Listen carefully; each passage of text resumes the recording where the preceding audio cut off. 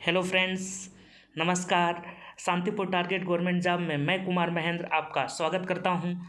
और अगर आप हमारे चैनल पर नए हैं तो चैनल को सब्सक्राइब कर लीजिए, बेल आइकन को प्रेस कर दीजिए जिससे आपको नोटिफिकेशन मिलती रहे। आप हमें सोशल साइट पर फेसबुक, इंस्टाग्राम, ट्विटर और टेलीग्राम पर भी ज्वाइन कर सकते हैं। और इस सेशन का जो पीडीएफ है वह टेलीग्राम पर अपलोड कर दिया गया है। आप लोग टेलीग्राम से इस सेशन के पीडीएफ को ज्वाइन कर सकते हैं। तो देर न करते हुए आज हम लोग आज के सेशन का पहला क्वेश्चन लेते हैं। और आज के सेशन का पहला क्वेश्चन आपके स्क्रीन पर आ रहा है, क्वेश्चन नंबर 1। तो देखिए क्वेश्चन नंबर 1 है आपका, भारतीय नागरिकों के मौलिक अधिकारों का वर्णन है। तो देखिए फंडामेंटल राइट्स की बात कर रहा है। किसकी बात कर रहा है? फंडामेंटल राइट्स की। तो देखिए अगर हम लोग बात करें तो संविधान का भाग 3 है। भाग 3 में आपका फंडामेंटल राइट्स का वर्णन है। और जो यह फंडामेंटल राइट्स है, यह फंडामेंटल राइट जब संविधान बना था 26 नवंबर 1949 को, जब संविधान बना था तो उस समय टोटल फंडामेंटल राइट कितने थे? 7 थे। लेकिन वर्तमान में जो फंडामेंटल राइट हैं वह आपके 6 हैं। अर्थात देखिए एक छठे नंबर का 6 नंबर का आपका एक देखिए 6 नंबर का आपका फंडामेंटल राइट था, राइट टू प्रॉपर्टी। ठीक है, उसको 44वां संविधान संशोधन 1978 के द्वारा 44वां संविधान संशोधन 1978 के द्वारा उसको डिलीट कर दिया गया, हटा दिया गया। और उसको हटा करके 300 का आर्टिकल 300 का में रख दिया गया, अर्थात अनुसूची 9 में रख दिया गया। और वह एक अब लीगल राइट्स हो गया है, अर्थात हमारा फंडामेंटल राइट्स नहीं है। तो चलिए इसका हम लोग आंसर देखते हैं। तो यह देखिए भाग 3 में इसका वर्णन है, और इसका वर्णन है अनुच्छेद 12 से लेकर 35 तक, आर्टिकल 12 to 35। तो देखिए जिस ऑप्शन में आपका आर्टिकल 12 to 35 होगा वही आपका आंसर होगा। तो देखिए इसका आंसर हो जाएगा ए ऑप्शन, संविधान के अनुच्छेद 12 से लेकर 35 तक। तो चलिए हम लोग आगे बढ़ते हैं। तो फिर इसी पर देखिए हम लोग अगर डिटेल डिस्कस कर लें तो देखिए हम लोग अगर बात करें तो पहला हम टोटल इस समय वर्तमान में 6 राइट्स हैं। तो पहले राइट्स की अगर हम लोग बात करें तो राइट टू इक्वलिटी है, यह आपका आर्टिकल 14 to 18 है, अर्थात 14 से लेकर 18 तक। दूसरा है राइट टू फ्रीडम, स्वतंत्रता का अधिकार, और यह आपका 19 से लेकर के 22 तक है। और तीसरा है राइट अगेंस्ट एक्सप्लोटेशन, अर्थात शोषण के विरुद्ध अधिकार, और यह आर्टिकल 23 और 24 में है। और उसके बाद है आपका right to freedom of religion, धार्मिक स्वतंत्रता का अधिकार, और यह आपका आर्टिकल 25 से लेकर के 28 तक है, 28 तक है। फिर कल्चर एंड एजुकेशनल राइट्स की बात करें, संस्कृति एवं शिक्षा का अधिकार है, जो यह आपका 29 और 30 आर्टिकल है। फिर उसके बाद राइट टू कॉन्स्टिट्यूशनल रिमेडीज़ की बात करें तो यह आपका 32 में है। यह देखिए किसमें है? 32 में। तो इस तरह से हम लोग डिस्कस कर लिए आपका फंडामेंटल राइट्स, जो वर्तमान में 6 राइट्स हैं। चलिए इसके बाद हम लोग देखते हैं अगले क्वेश्चन की तरफ बढ़ते हैं, क्वेश्चन नंबर 27 की तरफ। तो देखिए क्वेश्चन नंबर 27 है, निम्नलिखित में से भारतीय संविधान के कौन से अनुच्छेद में किसी भी रूप से अस्पृश्यता निषेध के लिए प्रावधान, अर्थात अनटचेबिलिटी की बात कर रहा है। तो भारतीय संविधान में जो फंडामेंटल राइट फर्स्ट है आपका राइट टू इक्वेलिटी। तो राइट टू इक्वेलिटी आपका 14 से लेकर के 18 है। और इसी में एक अनुच्छेद है, अनुच्छेद इसका मतलब देखिए यह तो आपका गलत हो गया, उपरोक्त में से यह भी गलत हो गया, या तो 14 हो गया या तो 17 होगा। तो जो अनुच्छेद 17 है यही अनुच्छेद आपका ठीक है अस्पृश्यता के अंत की बात करता है, अनटचेबिलिटी की बात करता है। तो चलिए हम लोग बढ़ते हैं नेक्स्ट क्वेश्चन की तरफ। तो अगला क्वेश्चन है देखिए क्वेश्चन नंबर 29 कि भारत अवस्थित है।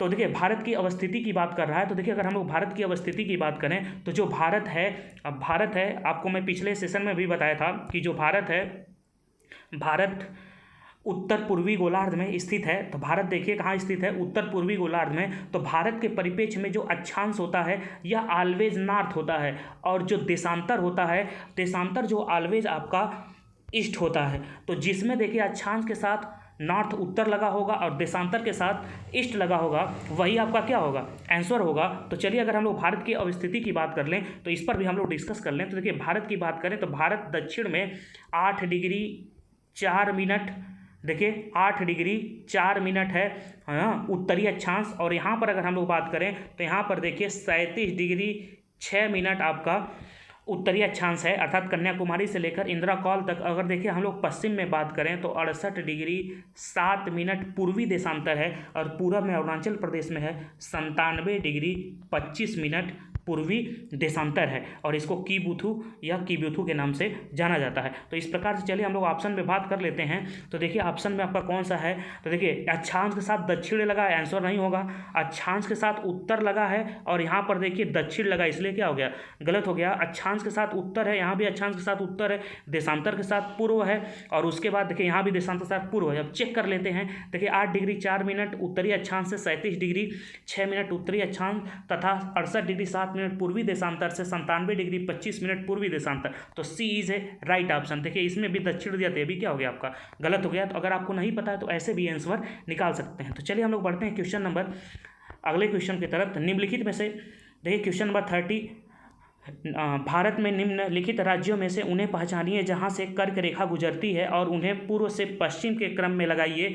गुजरात, पश्चिम बंगाल, उत्तर प्रदेश, झारखंड, मध्य प्रदेश, बिहार, छत्तीसगढ़। नीचे दिए गए कूट का प्रयोग कर सही उत्तर का चयन कीजिए। तो देखिए अगर हम लोग कर्क रेखा की बात करें, कर्क रेखा की बात करें तो 23.5 डिग्री आपका उत्तरी अक्षांश होता है कर्क रेखा। यह भारत के टोटल 8 राज्यों से होकर के जाती है कुछ इस तरीके से। तो आइए चलिए मैप में हम लोग इसके बारे में भी डिस्कस कर लेते हैं। अगर हम लोग मैप में इसका डिस्कस करें तो देखिए सबसे पहले देखिए अगर पश्चिम से, इधर आपका वेस्ट है और इधर आपका देखिए क्या है, ईस्ट है। अगर पश्चिम से बात करें तो सबसे पहले देखिए गुजरात है, पश्चिम से गुजरात, फिर इसके बाद देखिए राजस्थान, राजस्थान के तीसरे नंबर पर आपका मध्य प्रदेश और चौथे नंबर पे आपका छत्तीसगढ़ है और 5वें नंबर पे आपका झारखंड है, झारखंड है और देखिए 6ठे नंबर पे आपका वेस्ट बंगाल है, वेस्ट बंगाल और 7वें नंबर पे आपका त्रिपुरा है और 8वें नंबर पे आपका मिजोरम है। तो आपको पूरब से पश्चिम की तरफ इसको क्या करना है, लगाना है।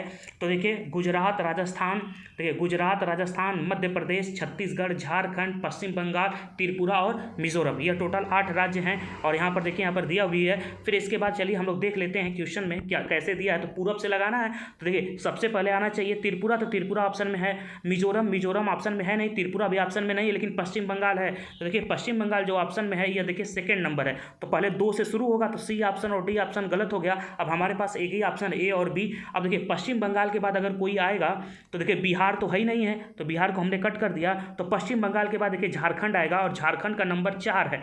तो देखिए 2 के बाद 4, इसलिए हमारा आंसर क्या हो गया, B option. B option is right answer. चलिए हम लोग चलते हैं क्वेश्चन नंबर 31 की तरफ। निम्नलिखित में से कौन सा युग्म सुमेलित नहीं है। तो देखिए सुमेलित नहीं की बात कर रहा है। तो अगर हम लोग देखिए बात करें कोयली, तो कोयली देखिए गुजरात में बिल्कुल है, कोयली गुजरात में है, यह कोयली का ठीक है, यह रिफाइनरी कोयली में है। फिर उसके बाद देखिए नागपट्टिनम की बात करें तो यह आंध्र प्रदेश में, तो नागपट्टिनम देखिए आपका आंध्र प्रदेश में नहीं है, यह देखिए आपका तमिलनाडु में है। नागपट्टिनम जो है यह तमिलनाडु में है। नुमलीगढ़ असम में है, यह भी नुमलीगढ़ असम में रिफाइनरी है। और मनाली देखिए अगर बात करें हम लोग तो देखिए यह मनाली, आप लोग हिमाचल प्रदेश का कुल्लू मनाली मत समझिएगा, यह जो मनाली है तमिलनाडु के एक इंडस्ट्रियल क्या है, एरिया है। तो ये भी आपका सही है। तो हमारा आंसर क्या हो जाएगा, बी ऑप्शन। तो बी ऑप्शन जो हमारा है बी इज राइट आंसर। चलिए अब आगे हम लोग बढ़ते हैं क्वेश्चन नंबर 32 की तरफ। और देखिए क्वेश्चन नंबर 32 बहुत इंपॉर्टेंट है। अगर हम लोग बात करें सूची फर्स्ट को सूची सेकंड से सुमेलित कीजिए। सूची फर्स्ट में देखिए नर्तक दिया हुआ है और सूची सेकंड में शास्त्रीय क्लासिकल डांस दिया हुआ है। तो पहला देखिए मृणाली साराभाई दिया है। तो देखिए अगर हम लोग बात करें मृणाली साराभाई का, तो यह देखिए यह जो मृणाली साराभाई हैं यह भारतनाट्यम करती हैं। यह क्या करती हैं, भारतनाट्यम, तमिलनाडु की रहने वाले, तमिलनाडु का डांस है। और देखिए मालिका सरकार की बात करें तो यह कथक करती हैं। मालिका सरकार देखिए आपका क्या करती हैं, कथक करती हैं। राधा रेड्डी की बात करें तो राधा रेड्डी आपकी कुचिपुड़ी करती हैं, कुचिपुड़ी केरल का है। और इंद्राणी रहमान जो हैं यह देखिए उड़ीसा का हैं। कहाँ के हैं, उड़ीसा के, और उड़ीसी डांस करते हैं। तो इस तरह से हमारा ए ऑप्शन इस क्या है, राइट आंसर। तो ए ऑप्शन हमारा क्या हो गया, राइट आंसर। चलते हैं हम लोग अगले क्वेश्चन की तरफ बढ़ते हैं। तो देखिए अगर कुछ हम लोग इसमें डिस्कस कर लें तो देखिए एक आपका यह डांस है भारतनाट्यम। तो जो भारतनाट्यम आपका तमिलनाडु का है, कथक आपका यूपी का है। देखिए कथक कहाँ का है, यूपी का है। और उसके बाद कथकली देखिए आपका केरल का है। कथकली कहाँ का है, केरल का है। कुचिपुड़ी आपका आंध्र प्रदेश का है। कुचिपुड़ी कहाँ का है, आंध्र प्रदेश का। मणिपुरी देखिए मणिपुर का है, ठीक है। उसके बाद देखिए मोहिनीअट्टम, मोहिनीअट्टम भी आपका केरल का है। फिर इसके बाद देखिए ओडिसी आपका उड़ीसा का है। और उसके बाद देखिए सतरिया जो आपका है, यह सतरिया जो है, यह सतरिया आपका असम का है। कहाँ का है, असम का। तो इस तरह से आप लोग देख लिए ये क्लासिकल डांस है। फिर इसके बाद देखिए हम लोग आगे बढ़ते हैं क्वेश्चन नंबर 33 पर, निम्नलिखित में से कौन सा एक सुमेलित नहीं है। तो देखिए अब सुमेलित नहीं है की बात करनी है तो हम लोग बात करते हैं डेसिबल ध्वनि की तीव्रता सही है, अश्वशक्ति देखिए शक्ति की इकाई ये भी सही है, समुद्री मील नौ संचालन में दूरी की इकाई है बिल्कुल ये भी सही है, डेसिबल देखिए सेल्सियस का रहा था, सेल्सियस देखिए टेम्परेचर का होता है, किसका होता है, टेम्परेचर का, और यहाँ पर हीट दिया इसलिए आपका क्या हो गया गलत। तो राइट आंसर देखिए आपका क्या हो जाएगा, तो राइट आंसर आपका डी। चलते हैं हम लोग अगले क्वेश्चन की तरफ बढ़ते हैं, क्वेश्चन नंबर 34। तो देखिए किसी भी स्थिर या गतिशील वस्तु की स्थिति और दिशा में तब तक कोई परिवर्तन नहीं होता जब तक उस पर कोई बाह्य न सक्रिय हो जाए। तो यह नियम किसका, देखिए न्यूटन का फर्स्ट लॉ है, यह क्या है, न्यूटन का फर्स्ट लॉ है। तो न्यूटन का फर्स्ट लॉ कहता है कि अगर कोई भी वस्तु या रुकी हुई या गतिशील है तो वह अपनी ही गति में बनी रहेगी जब तक कोई एक्सटर्नल फोर्स उस पर कार्य न करे, और इसी को लॉ ऑफ इनर्शिया भी कहते हैं। तो ये आंसर इस क्या है, राइट आंसर। तो बढ़ते हैं हम लोग अगले क्वेश्चन की तरफ। बाढ़ को रोका जा सकता है स्थल को धारदार बना करके, जल आवरण को हटा करके, वनों को काट करके, नदियों पर बांध बनाकर और वृक्ष रोपण करके। तो बिल्कुल सही बात है। देखिए इस समय बाढ़ का मौसम भी चल रहा है भारत में, तो जगह जगह देखिए बांध का निरीक्षण किया जा रहा है, कहीं बांध टूटा तो नहीं है, और उस बांध पर क्या लगाया जाता है, वृक्ष लगाया जाता है जिससे कटान नहीं होती है और उसको जड़ों से मिट्टियां जकड़ जाती हैं। तो इसलिए D option is right option. चलिए हम लोग बढ़ते हैं अगले क्वेश्चन की तरफ। तो अगला क्वेश्चन कह रहा है कि जब हम बकरी का मांस खाते हैं तब हम कहलाते हैं। देखिए जब हम बकरी का मांस खाएंगे तो देखिए बकरी क्या खाएगी, पेड़ पौधा खाएगी प्रोड्यूसर को, तो बकरी शाकाहारी होती है, जब उसको हम खाएंगे तो मांसाहारी हो जाते हैं, ठीक है। तो इसलिए देखिए जो द्वितीय अपना सेकंड कंज्यूमर होता है तो यह देखिए आपका क्या होता है, मांसाहारी होता है। तो आंसर हमारा क्या हो जाएगा, सेकंड उपभोक्ता। तो आइए इसके बारे में थोड़ा सा देख लेते हैं हम लोग। तो अगर देखिए हम लोग बात करें तो यह देखिए ट्री है, ट्री की अगर हम लोग बात करें तो ट्री आपका देखिए प्रोड्यूसर उत्पादक है, यह क्या है, उत्पादक है। और इसको देखिए हिरण खा रहा है, देखिए जो हिरण खा, हिरण शाकाहारी होता है, तो जो देखिए उत्पादक को जो खाता है वो शाकाहारी होता है। और देखिए यहाँ पर सेल है, शेर, तो शेर हिरण को खा रहा है, तो ये देखिए क्या हो गया, मांसाहारी। तो यह देखिए फर्स्ट कंज्यूमर हो गया और यह देखिए क्या हो गया, सेकंड कंज्यूमर हो गया। तो मान लेते हैं कि हिरण के स्थान पर बकरी है, तो इस बकरी का अगर कोई मानव खा रहा है तो यह क्या हो गया, सेकंड। जैसे मान लीजिए फ्लावर्स है, फ्लावर्स पर देखिए तितली है, जो यह तितली है यह फर्स्ट कंज्यूमर होती है, शाकाहारी होती है। अब इसको मेढक खाएगा तो सेकेंड हो गया, मांसाहारी हो गया। और मेढक को देखिए सांप खा गया तो यह देखिए क्या हो गया, यह थर्ड कंज्यूमर हो गया। और इसके बाद देखिए बाज जो है, बाज इसको खा गया तो यह देखिए टॉप कंज्यूमर हो गया, यह क्या हो गया, टॉप कंज्यूमर। चलिए तो हम लोग बढ़ते हैं इसी प्रकार से अगले क्वेश्चन की तरफ। तो हमारा देखिए अगला क्वेश्चन है, अगले क्वेश्चन, संविधान के किस अनुच्छेद में शोषण के विरुद्ध अधिकार। देखिए अभी हम लोग पढ़े थे कि जो शोषण के विरुद्ध अधिकार है वह आपका 23 और 24 है, आर्टिकल 33 और आर्टिकल 34। इसमें देखिए शोषण के विरुद्ध क्या अधिकार है। देखिए 14 से 18 की बात कर लें तो राइट टू इक्वेलिटी है, 19 से 22 की बात कर लें राइट टू फ्रीडम है, और 25 से अगर हम लोग 30 की बात कर लें तो इसमें दो आता है, एक तो धार्मिक स्वतंत्रता का अधिकार 25 से लेकर के 28 तक, और उसके बाद एक और हम लोग बात कर ले तो एजुकेशन एंड कल्चरल राइट, शिक्षा और संस्कृति का अधिकार। तो चलिए हम लोग बढ़ते हैं कि तो इसका आंसर हो जाएगा आपका, ठीक है, 23 और 24। तो ठीक है, तो अगले क्वेश्चन की तरफ हम लोग बढ़ते हैं। तो अगला क्वेश्चन हमारा सूची फर्स्ट को सूची सेकंड से सुमेलित कीजिए। सूची फर्स्ट और सूची देखिए तो यहाँ मुगल वंश का शासक दिया हुआ है, तो देखिए Bahadur Shah first, Farrukh share, Mohammad Shah, Bahadur Shah second, और यहाँ पर देखिए उनका नाम दिया है शाह ए बेखबर, ठीक है, मुगल वंश का घृणित कायर, रंगीला और जफर। तो देखिए बहादुर शाह की बात करें तो इनको शाह ए बेखबर कहा जाता था, यह बिल्कुल कहा रहते थे, बेखबर रहते थे, ठीक है। और उसके फर्रुख सियर की बात करें तो इनको मुगल वंश का घृणित कायर कहते हैं, मोहम्मद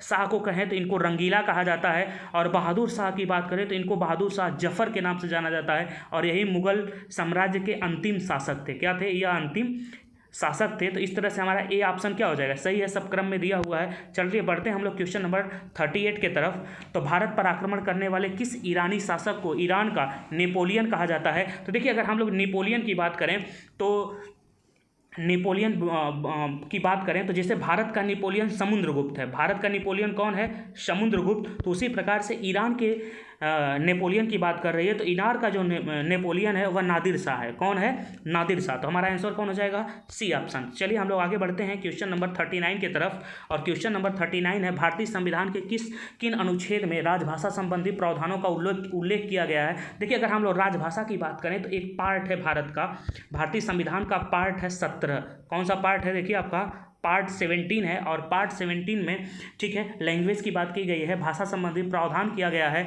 ठीक है। और वर्तमान में भारत में जो कुल भाषाएं हैं वह 22 हैं। कितनी हैं? 22 हैं, 22 भाषाएं हैं। और इसका वर्णन जो संविधान के अनुच्छेद 343 से 343 से लेकर के 351 तक है। तो A option is right option. चलते हैं हम लोग, बढ़ते हैं क्वेश्चन नंबर, आज के सेशन का अंतिम क्वेश्चन नंबर 40।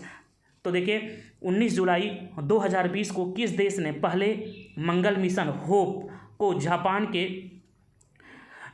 के तानेगाशिया स्पेस सेंटर से लॉन्च किया? तो देखिए अगर हम लोग बात करें तो जो मिशन होप है, तो इसकी अगर मंगल मिशन होप की बात करें तो यह देखिए आपका संयुक्त अरब अमीरात का है, यूएई का है। किसका है? यूएई का है, अभी हाल ही में लॉन्च किया गया है। तो देखिए सबसे इंपॉर्टेंट है, तो जापान के रिसर्च सेंटर का क्या नाम है? तानेगाशिया स्पेस सेंटर नाम है। तो बात आपका हो गया संयुक्त अरब अमीरात। तो देखिए हम लोग बात करें तो यह देखिए संयुक्त देखिए अरब अमीरात का मंगल मिशन है ठीक है। तो आज का सेशन, आपका सेशन आज का कंप्लीट हो गया। तो अगर आज का सेशन आपको ठीक है यूज़फुल लगा हो, रोचक लगा हो आपके एग्ज़ाम के लिए, अगर आपको लग रहा हो कि महत्वपूर्ण है ठीक है, चीज़ें आपको समझ में आई हो, तो आप शांतिपुर चैनल को सब्सक्राइब कर लीजिए, शेयर कर दीजिए, बेल आइकन को प्रेस कर दीजिए, जिससे आपको नोटिफिकेशन मिलते रहे ठीक है। तो आज यहीं से हम लोग सेशन को क्या करते हैं, एंड करते हैं। तो आप लोगों को बहुत बहुत धन्यवाद, जय हिंद।